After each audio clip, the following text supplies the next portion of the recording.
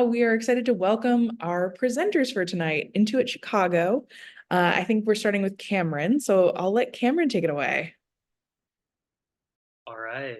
I just want to confirm that everyone can hear me okay. Katie, if you could, yeah, okay. So I got a thumbs up Yeah. here.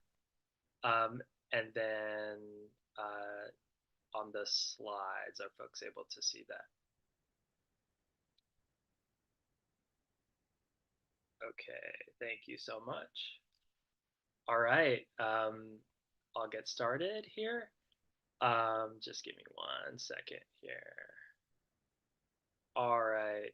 Um, Okay, hi everyone. My name is Cameron So. I am so excited to be here with West Indiana to present about IN2IT Chicago. So we've been a breakout group working every Tuesday as available for a few years now, and we've come a long way, and we're excited to share a bit about our journey. So next slide.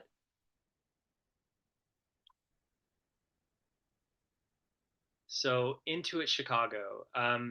We think it should be easy to get civically engaged in Chicago. So we created a platform to help Chicagoans find local ways to have an impact in their community.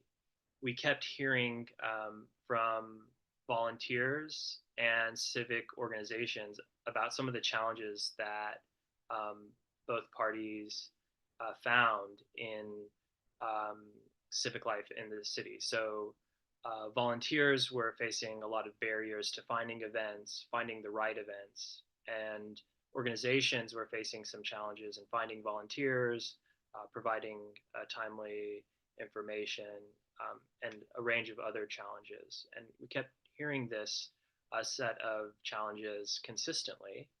Um, but just wanted to give a sense of the why and the what here at the start. And I want to note that um, many of so I'm being told that I think I need to speak up. So I'm going to try to scoot in a little bit. And if folks can give me like a thumbs up or something that you can hear me okay, or I'll be looking to the chat. But yeah, so just wanted to give an overview. I wanted to note that some of you have seen the site over the process. So this is a newer land. And one thing we'll emphasize throughout the presentation is just how much of a team effort this has been. Not just the IN2IT Chicago team, but so many contributors along the way at every step of the journey have really made the difference for this project. And it's really been in the civic spirit. So we're really excited about that. Um, but first, I want to cover some ground that we talked about in our previous presentation. So I'll move to the next slide. Okay, so we presented in person before the pandemic. A lot of time has passed and a lot has changed in the project and a lot has changed in the world. So I'm just going to give an overview here. So this is the overview for this presentation. We're going to talk a little bit about last time we presented, just to have some continuity. We're going to talk a little bit about navigating a pandemic as a breakout group, and then we'll talk about preparing an MVP um, and what's next. Next slide. Okay, so our mission, vision, and values. So as a team working on a project, it's really helpful to have a shared set of values and common ground for what we're working on and why. So this is our shared mission, vision, and values that have helped to guide us at every step of the project. And so just very briefly, we want to make community engagement easier and more accessible. And we think that in doing that to our vision, it will help to increase community involvement across the Chicagoland area, which we think is important and valuable. And we're committed to values of accessibility, inclusivity, transparency, and civic engagement. You can see some details there. I won't get too much into those now, but um, as the project has continued to evolve, these have helped to guide product decisions, team decisions, and have really helped to ground us in what we're working on and why. Next slide.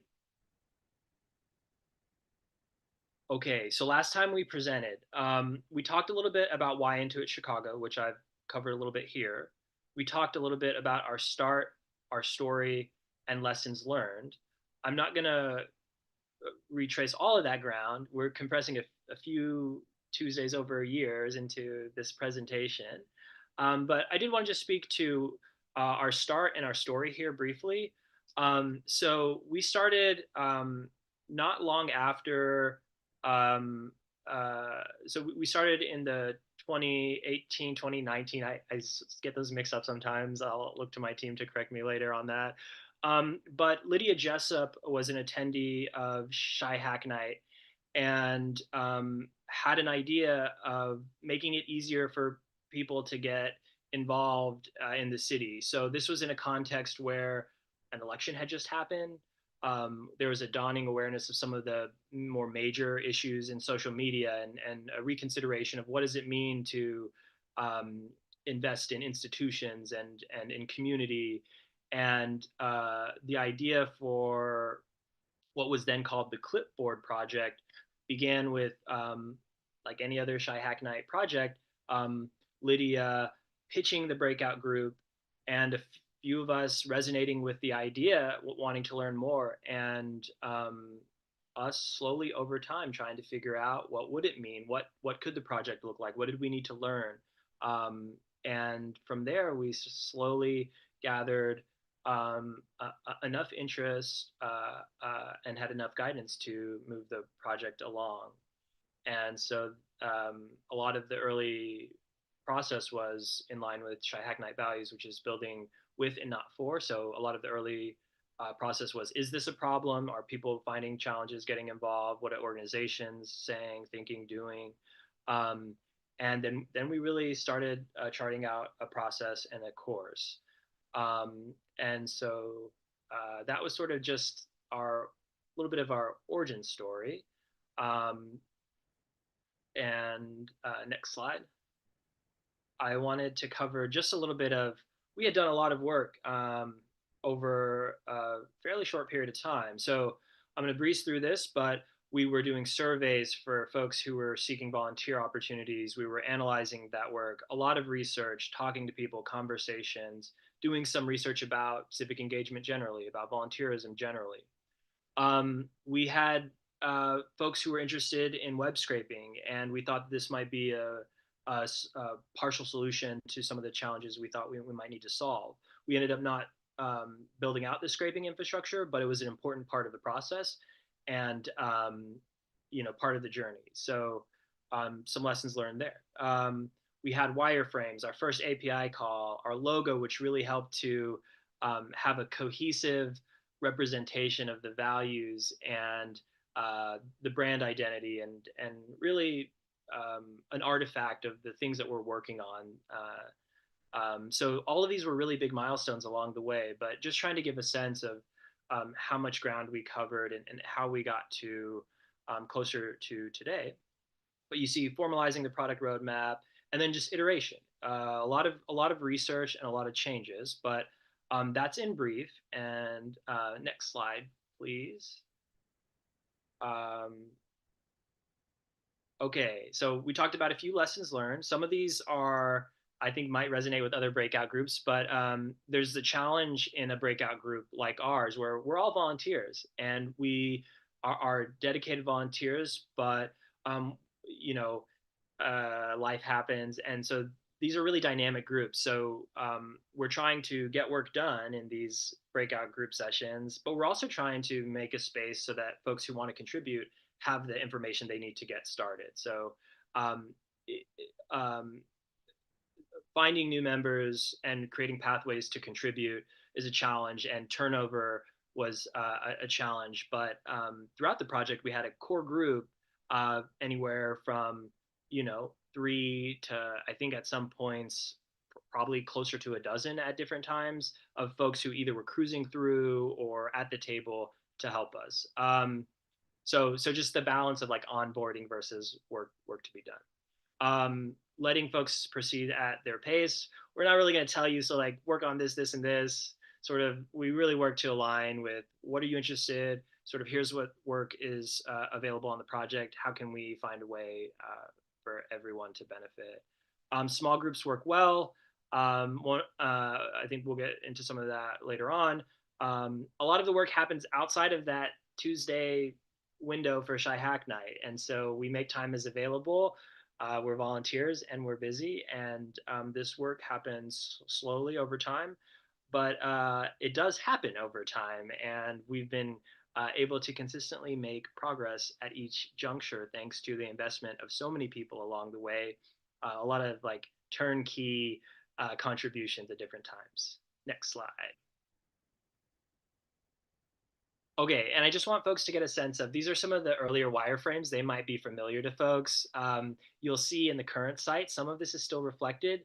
So much work went into just getting here, and there's so many contributors who helped to get us to this process. But I want to give folks a sense of what did it look like before, what it looks like today. And I get excited seeing this stuff because we really helped to stay in line with what we sought out to do while balancing the need to listen and learn and make adaptations as we iterate.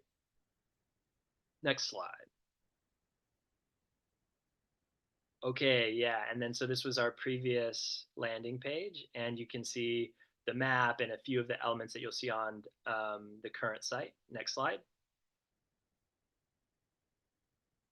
Um, and so last time we presented, these were the things that we had ahead of us. And so I just wanted to give folks a sense. We had an existing site. We'd been receiving feedback and making some new considerations about what was next. So we had some things to change. We needed a product roadmap to organize that. And we were looking at what are the impact areas? How do we do categories? What does that mean? What do people search by? How do they filter? Those sorts of things.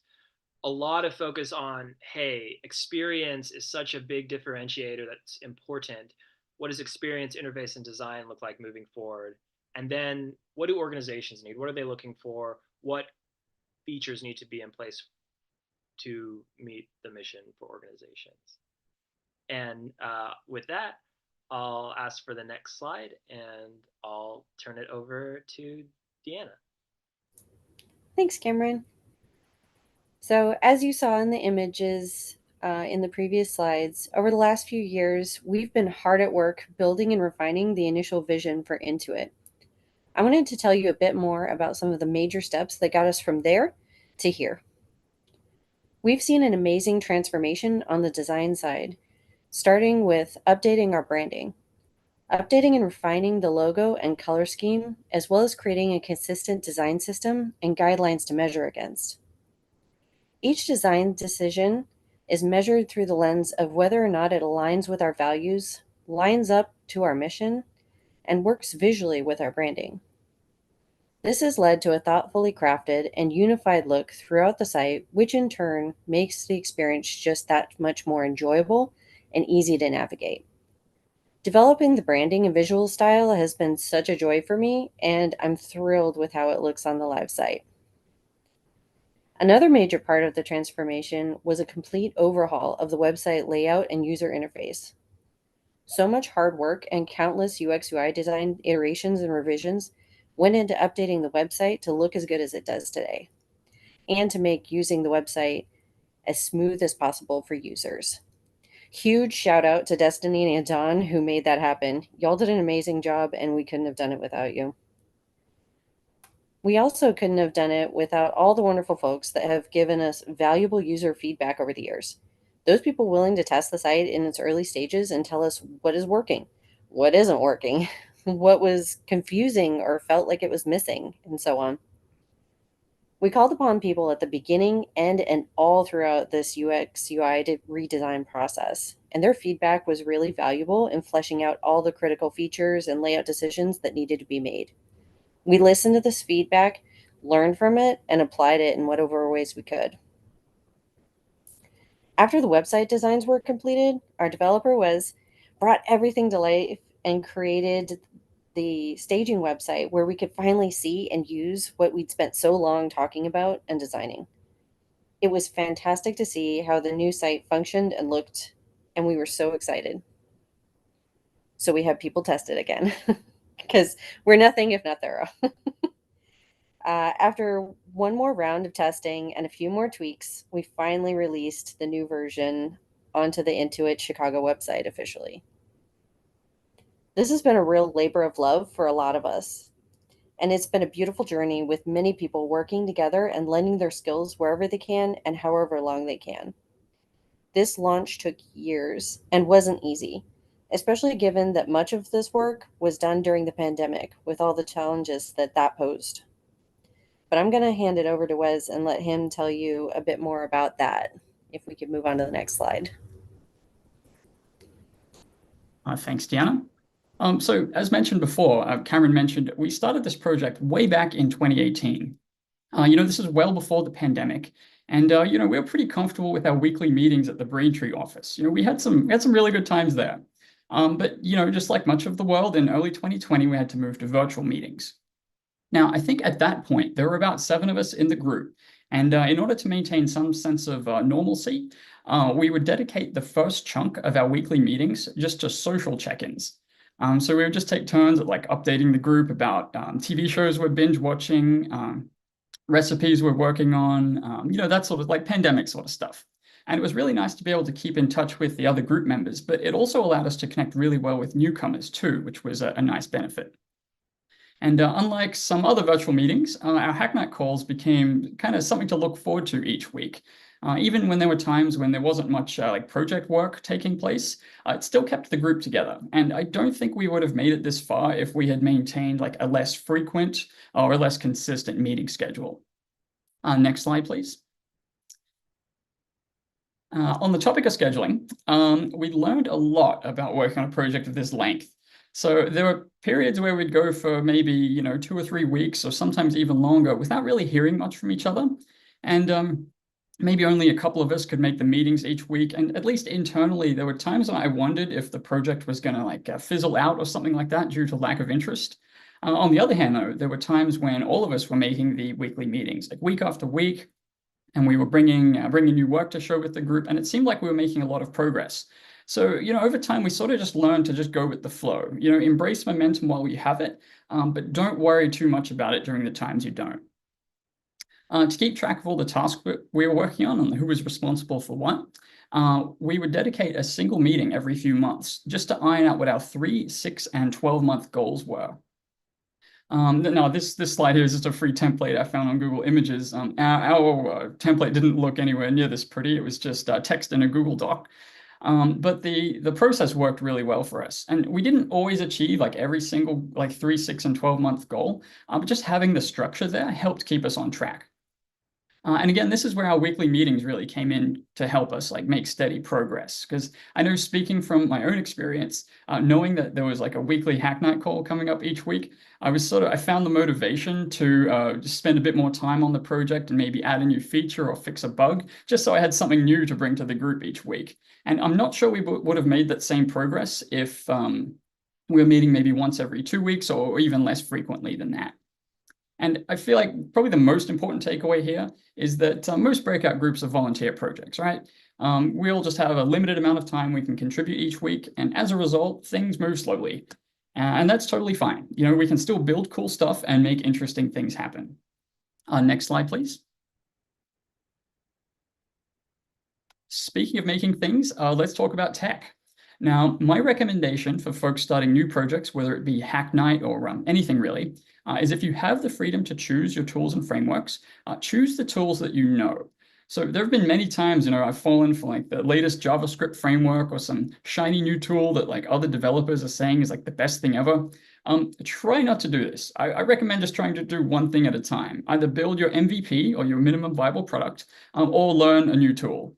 Don't try to do both at the same time. If you just focus on one thing, you'll have a much better chance at getting a product launched. Also think it's a pretty good idea to decide what the core functionality of your idea is, and then choose the simplest tools that can support it. So a lot of the big cloud providers, if you look at Google Cloud and AWS, they often have enormous suites of really complicated and sometimes expensive products.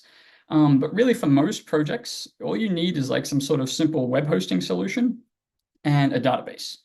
Some projects are going to need a little more than that, but for most projects, you don't need like a massively complex tech stack. So I highly recommend just, choosing just the simplest tools available for the job. Doing things this way will also keep your monthly hosting costs down, which is always a good thing for volunteer projects as well. And lastly, don't worry too much about scaling. I know in the early phases of a project, there can be a sense of optimism, like we want to be able to support like 1 million monthly active users or something like that.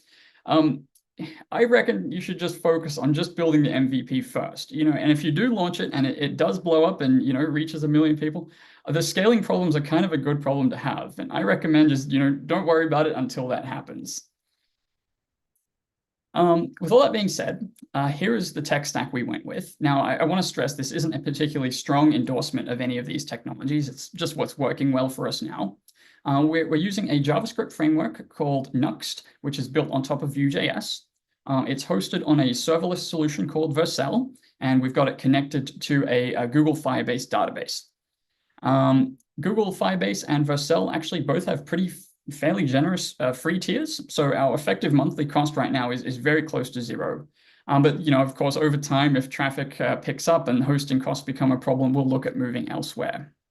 Next slide, please. Launching. So launching an MVP out into the world is both scary and it's exciting at the same time. If you've launched your own projects, I'm sure you know this feeling well, but in the early stages of a project, you can expect things to break. Users are going to encounter bugs, there's going to be issues, but that's okay. That's really just all part of the process. And Deanna touched on this before, but even when the project isn't fully complete, it's still really important to get the product in front of people as soon as possible. And it's especially difficult to do when it's not perfect yet. Like, if it's got bugs and it's not ready yet, but still putting it in front of people is difficult to do. But it is critically important because you will gain some pretty fantastic insights about how your users are thinking about the problem and understanding your product. And you'll very quickly identify areas that you can improve upon by doing that. And on that note, we do have to give a very big thank you to the Hacknight folks who tested it out and gave us some fantastic feedback on the various iterations of the MVP over time. Now, even though it is a bit scary to launch a product like this, I have to say the Hacknight community is like a safe audience where, it's not the end of the world if they experience like a site-breaking bug or something like that. In our case, it was quite the opposite. We actually had a bunch of folks submit like some super detailed bug reports with like really specific steps on how to like fix problems. And this was really helpful for us. So if you are one of the folks who tested it out, we just want to say, thank you so much. And you guys are awesome. Now I'm going to pass it back to Cameron, who's going to walk us through some of the additional insights we learned from our user testing. All right, next slide, please. Thank you, Wes. Okay, so I'll be emphasizing or echoing a few points that Wes has made and noting a few learnings and insights here in reflection. Yeah, at every stage, listening and being curious has been helpful. Part of the curiosity comes in better understanding what feedback people are trying to share and um, making sure that we as a team understand what was the challenge they face, what ideas are they suggesting, and scoping how we can best address that need, or maybe it's something for later. Um, One thing that really resonated across the process of this project is how consistent the feedback about the challenges of civic engagement were, whether it's people that were new to the city or folks who were in the nonprofit field or other attendees of Shy Hack Night. But we do continue to believe that this is a real challenge for folks and one that we're really well equipped to help solve. So we want to make it easier. And part of that is with a real focus on the earlier point of listening and being curious, but simplicity in design and interface and experience. We made those decisions based on what people were telling us about the challenges and working to learn more and looking at the ways other people might have tried to approach this challenge because others have tried. but there were still challenges that people were facing despite other efforts. Wes has already spoke about rapid iteration, but one thing I really want to appreciate here, um, uh, uh, across our team, there was a real commitment to simplicity and that balance of like what works here, what addresses the problem. And it's just really been a wonder to see. On the development side, there's just so many decisions that have been made around like, yeah, we can't really do all that, but we can do this and we can do it well. And that's a step, and building from there. And that's just so important and valuable. I also want to give a special shout out to Austin as well, who I think is tuning in. There are a lot of contributions along the way, and there's so many people to thank. I really want to take a moment to speak to that one in particular because simplicity there has, in the early tech decisions that we made in collaboration with Wes and Deanna and the folks working on experience, really helped to set a course that we benefited on throughout. And that leads me into my next point, which is one of the most meaningful aspects of this project for myself is that teamwork really makes the dream work. So many people contributed, big and small, and contribution comes in all forms. And uh, we've grown so much as a team. It's been awesome to see Wes and Deanna, their just expertise on the project, and helping us to refine our skills collectively as a team and to grow together. And I think we've always done a really good job as a team coordinating. This work isn't like there's someone telling you what to do and this like corporate structure around it. And being able to rely on our team for feedback has been really, really helpful. But thanks again to everyone who's contributed, and it makes all the difference.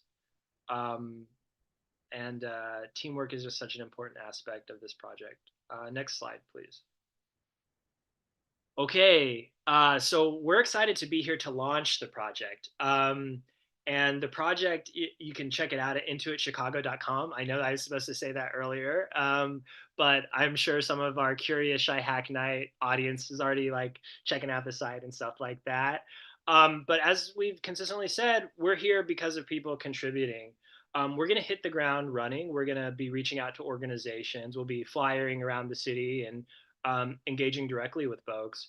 But we'd really love to learn about organizations that you think have impactful ways to get involved across Chicago.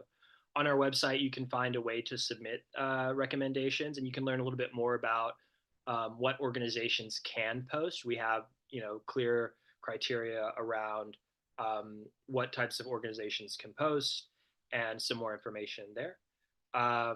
And we'd also appreciate you checking out the site as it continues to grow. So I was so excited, seeing our first volunteer event being posted. I think that's so awesome. It's cool to see. We're going to have a couple small moments along the way like that to help populate the site. And we'll need your help and support to do so, but also encourage you to check back over the weeks because we'll continue to add organizations, but it'll take some time and we'll need some support. As Wes shared, Shy Hack Night community has been awesome about sharing feedback, critiques, suggestions, questions, recommendations. We're here, we're all ears, and thank you. And help us build this. We think we're solving a real problem in the city, and we think this is a really meaningful way to contribute to the broader civic life of the city. So we could use the help, and it's only been because of that support along the way that we are where we are today, and we're excited for what's next. Next slide, please. You can see here, this is sort of what it looks like to recommend an organization. It's on our page. We want to make a special request for Shy Hack Night breakout groups. We listed the IN2IT Chicago breakout group as a volunteer opportunity. You can see it on the webpage. If you're a breakout group at Shy Hack Night, we would love it if you would post your volunteer opportunity on IN2IT Chicago.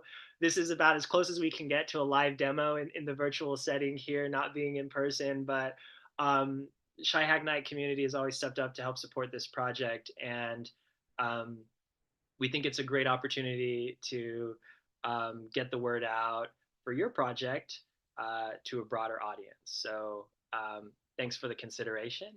Next slide.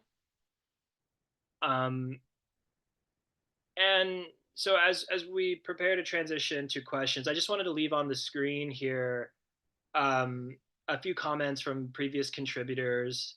And so it was wonderful hearing back from folks who've contributed along the way. Not everyone had time or availability to provide notes, but we just wanted to share these because I think they really speak to the spirit and the team. And as we close this portion and move to questions, we're excited for what's next. We want to grow the site. We want to help to fulfill the mission, and we want to work with organizations and volunteers to help make it easier to get involved in Chicago. And thanks to Shy Hack Night for hosting us. And I think now we'll open it up to questions.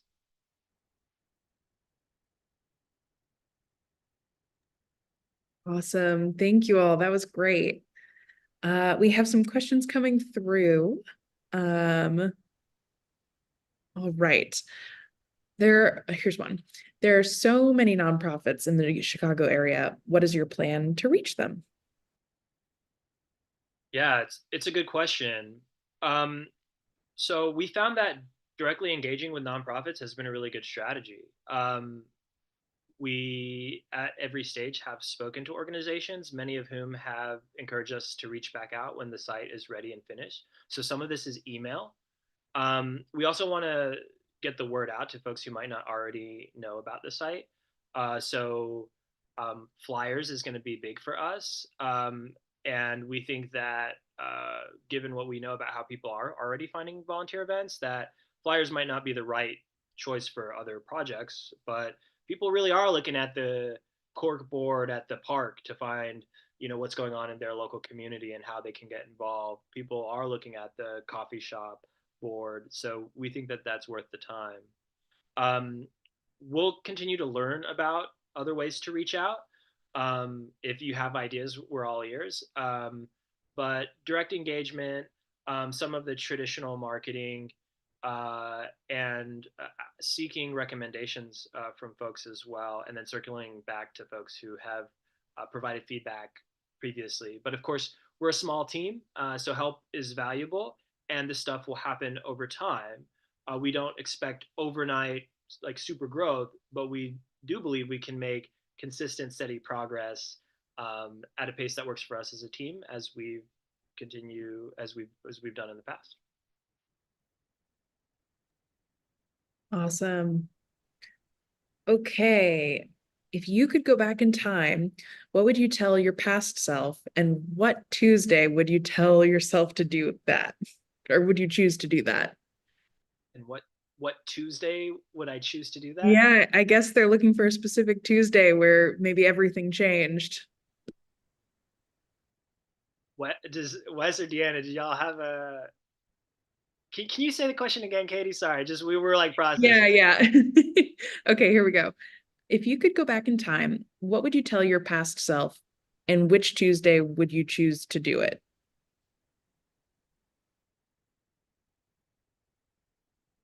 I, I'll go first, Wes. If you have something, Deanna, if you have something, please feel free to chime in. There are some hard days on this project. There are some low days, and part of that's the pandemic. Just so much going on, and we have to make decisions about life stuff and just balance. Balance in hard times is a tough thing. And Wes had talked about this. There's you going in a project, you're like, is it gonna keep? Um, I think I would just provide encouragement, to the team, to myself, of just like, hey, yeah, like we we build the thing, and stick with it, and you get there. I think that's really important because that's not always the easiest thing to believe.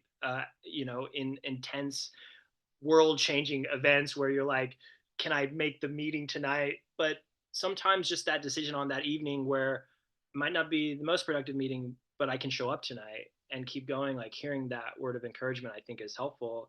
And we were able to sustain that along the way. But that's one where I think having a little bit more ease along that process, I think would would have been valuable. But these things are, it's hard to do. It's hard to play it out. But that's the closest that I can get maybe on that one. I don't know, Wes or Deanna, did you have a thought?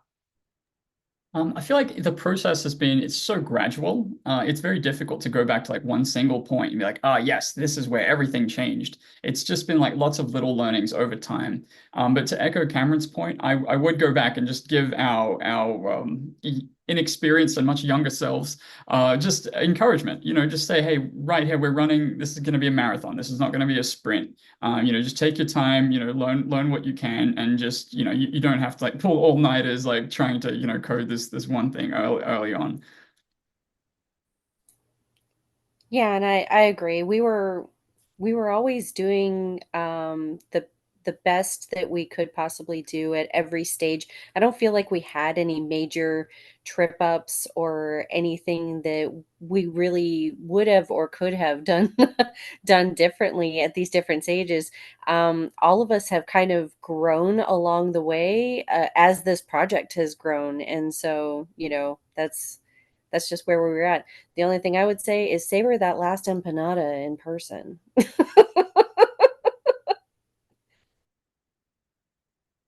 The empanadas are back, Deanna. You can get them again. Oh my gosh, yay! Yeah. I love that. And I'm going to be thinking about like my most impactful Tuesdays going forward too. Like what would have changed if I had done one thing differently? Just an interesting thought exercise. All right, another one from the chat. What does it look like for organizations to use IN2IT? Do they have to manually add events? Are there integrations with their existing calendars or other tools? Yeah, so that's a good question. Well, we wanted to make the process very simple, so we worked directly with organizations to learn what that meant. But in brief, organizations can register for the site and provide basic information about their website, their mission. We take a moment to review submissions consistent with our criteria listed on the site. And in that time, organizations can go ahead and fill in their event details, but they're not posted to the site until we've um, vetted their submission consistent with the criteria that are posted. Um, so they can fill out the form, it just won't be visible yet. Once they're approved, um, then organizations can begin posting on the website. And what that means is going through a fairly simple form that's very brief, sharing the details that they think are important, including a link to the best place for the most timely information to sign up and go do the thing. Um, and I think the thing I really want to emphasize about the usability research is this took time, the form, right? So volunteer managers are limited on time, and they're trying to figure out where the best place to post is going to be, and the form needs to make sense. It needs to be in an order that makes sense. It's helpful if it's copy and paste because they already have the event information. So we really tried to meet that.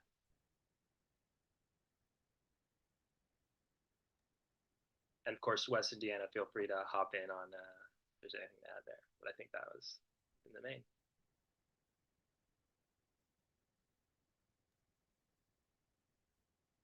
All right, sounds good. Okay, got another one here. Uh, People love an embed. Is there a way an organization can put a box in an iframe with a way to sign up? We'll think about it. Yeah. Wes, do you have a thought there? It's achievable from a technical point of view, but if enough organizations want that, yeah, that's definitely something we can look into. But really, it's about finding the stuff that works for the organization. For whatever reason, if they find that like this has to happen, we can find a way to make it happen. Yeah, and it's been interesting. We've heard different things from, it's just, so some of this is like calibration on like the size of the organization and sort of what's going to be most helpful to small and medium sized organizations, and then what's our ability to execute on it as a smaller team at a pace. So those are some of the considerations, but thanks for mentioning it. We'll uh, debrief as a team and consider it. And I don't know if this changes anything, but they added like on their websites after their question. I don't know if that changes anything about your answer, but Okay, got it. So noted. We'll talk about it as a team. But I think I have an understanding, and I can follow up subsequent to this if we have more questions. okay, cool. The suggestion. Sounds good. Okay. I think those are the ones we have so far from the audience. I guess I'm kind of curious myself, like in terms of like organizations, is there like a target user within an organization that you kind of see as being like the person that will be interfacing mostly with IN2IT? Yeah, volunteer managers is roughly the person. There's a lot of nuance here though, because of like who this task falls to for different organizations is very, yeah, it's varied.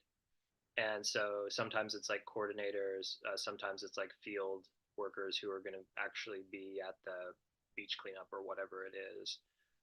The closest that I could give you to like a like who and based on work that we've done talking to folks, roughly the volunteer coordinator manager role is who we think. And feedback from those folks has been really helpful as far as like how much time can they spend on this, how are they making the assessment of like, is this worth the post, and then will I be able to, well, folks, will it help our mission basically.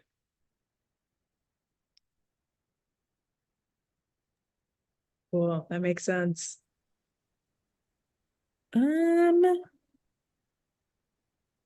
those are all the questions at the moment. So I think we can trying to give people a chance just in case they have one that comes in under the wire, but I think we can probably close things up for now. I know that you're all reachable via Slack in case someone comes up with something later. I'm sure someone will. I feel like that's always how my brain works, is in 10 minutes, I'll be like, oh, why didn't I ask that? But yeah. Pretty much every Tuesday, so you can find it. You're findable. We know you'll be. Okay, well, thank you so much. This was so great. Really excited to continuing to see where this goes. Thank you so much. All right. Josh, if you don't mind throwing the link back up on the screen, we can tell everyone where to go.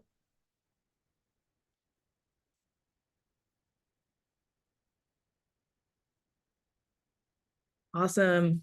Okay, like I mentioned, in just a few minutes, we'll start our remote Zoom call. Basically, a good time to get together, learn about the breakout groups that are going on, breakout groups that are doing things like IN2IT Chicago.